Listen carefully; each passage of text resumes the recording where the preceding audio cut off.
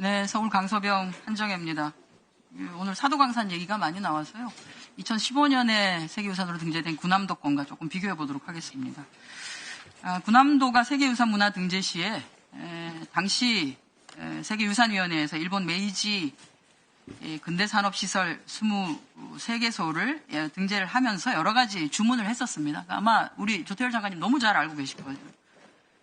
각 시설의 전체 역사를 이해할 수 있는 해석 전략을 반드시 마련해라고 권고했고요. 그래서 여기에 따라서 일본 대표는 1940년대 한국인 등이 자기 의사에 반하여 동원되어서 가혹한 조건에서 강제 노역을 했다는 것을 인정하고 인포메이션 센터 설치 등 희생자들을 기리기 위한 조치를 취하겠다고 발언을 했습니다. 저렇게 발언을 했지요. 자신의 의지에 반해서 끌려와 강제 노동을 당한 한국인 등 희생자들을 기억하기 위한 정보센터 설립과 같은 적절한 조치를 취하겠다. 여기에 답변해서 당시 제2차관을 맡고 계셨던 조태열 현 장관께서 한국은 일본의 조치 이행을 신뢰하며 합의 결정에 동참하겠다. 그에 더해서 불행한 과거의 역사적 진실도 반드시 반영되어야 할 것이라고 발언을 했습니다. 이렇게 해서 세계문화유산으로 등재가 되었습니다. 그런데 이제 2017년에 제출한 이행경과, 왜냐하면 이제 이렇게 이행한 게 있었으니까요. 2017년에 일본이 이행경과 보고서를 제출합니다. 근데 거기에는 뭐라고 쓰여져 있냐면, 일본의 산업을 지원한 한반도 출신자들이라는 표현을 사용하고 있고요.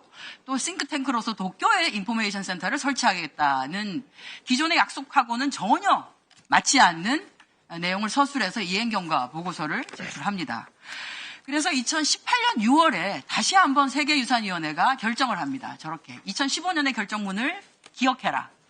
그리고 일본은 해당 결정문을 충실하게 이행해라. 그리고 이렇게 하기 위해서 당사국인 한국과 지속적으로 대화해라. 그리고 전체 역사 해석에 있어서 국제적 모범 사례를 고려해라라고 강력하게 독려하고 위 업데이트된 이행 경과 보고서를 2019년 12월 1일까지 제출해라라고 요구를 합니다. 그런데 그 뒤에 2019년에 일본이 한국하고는 전혀 대화하지 아니하고 일방적으로 보고서를 작성해서 제출합니다. 그리고 2020년 3월 달에 도쿄에 인포메이션 센터가 설치가 되죠. 그에 따라서 당시 2020년에 6월 외교부에서는 이렇게 입장을 발표합니다.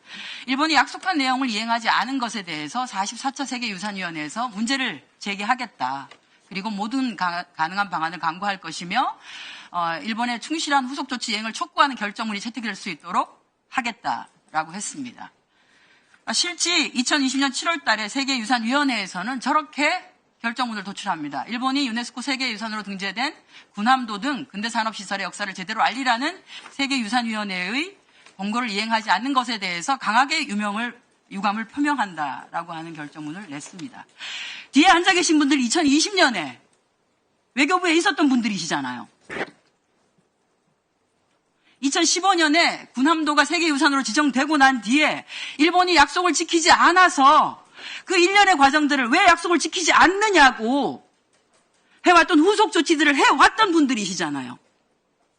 그죠? 2022년에는 외교부 산하 해외문화 홍보원에서 저런 것도 냅니다. 우리가 사도광산 유네스코 등재를 반대하는 이유, 약속을 지키지 않기 때문에.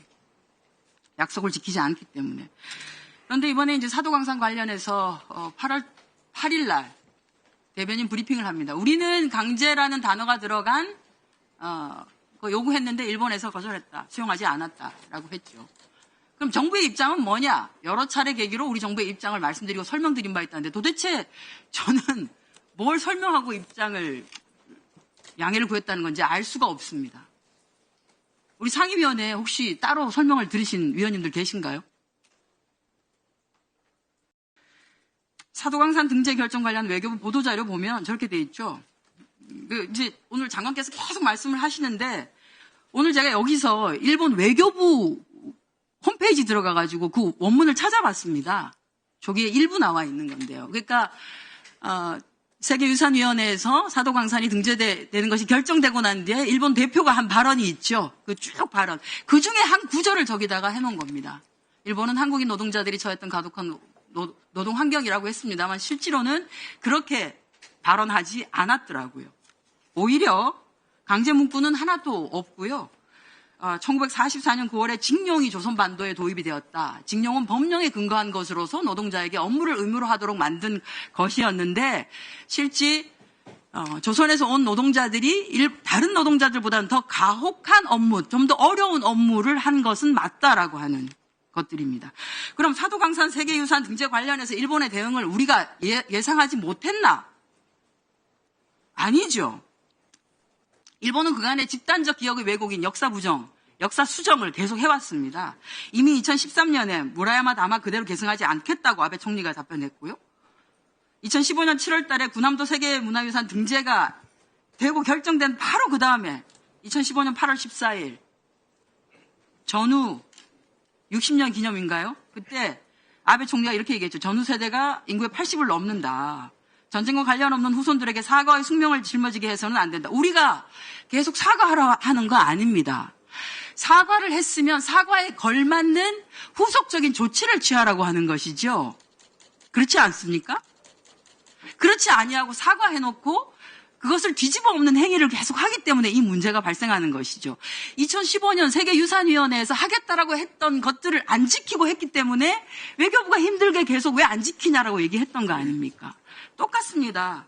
2023년에는 지금 하야시 외상이 강제노동조약상 강제노동에 해당하지 않기 때문에 강제노동이라는 표현은 적절하지 않다라고 얘기했습니다. 그리고 2023년에 일본 초등학교 문부성이 교과서를 검정하면서 이미 독도 일본 고유의 땅이다라고 하는 거 주장하고 강제징병과 관련해서는 강제성이 있다는 논조를 바꿔서 지원했다. 일제강점기에 많은 조선인들이 자발적으로 일본군에 입대한 것처럼 아예 학교 이제 교과서도 다 바꿨습니다. 이게 바로 대통령께서 일본을 방문하고 나서 며칠 되지 않아서 저렇게 검정을 했어요. 2024년에는 중학교 교과서 검정에서 징용과 관련한 노동에서 단역을 빠졌고 위안부 관련해서는 군대를 따내달았다고 하는 일본 정부의 권위를 반영한 방식으로 중학교 교과서를 집어넣었어요.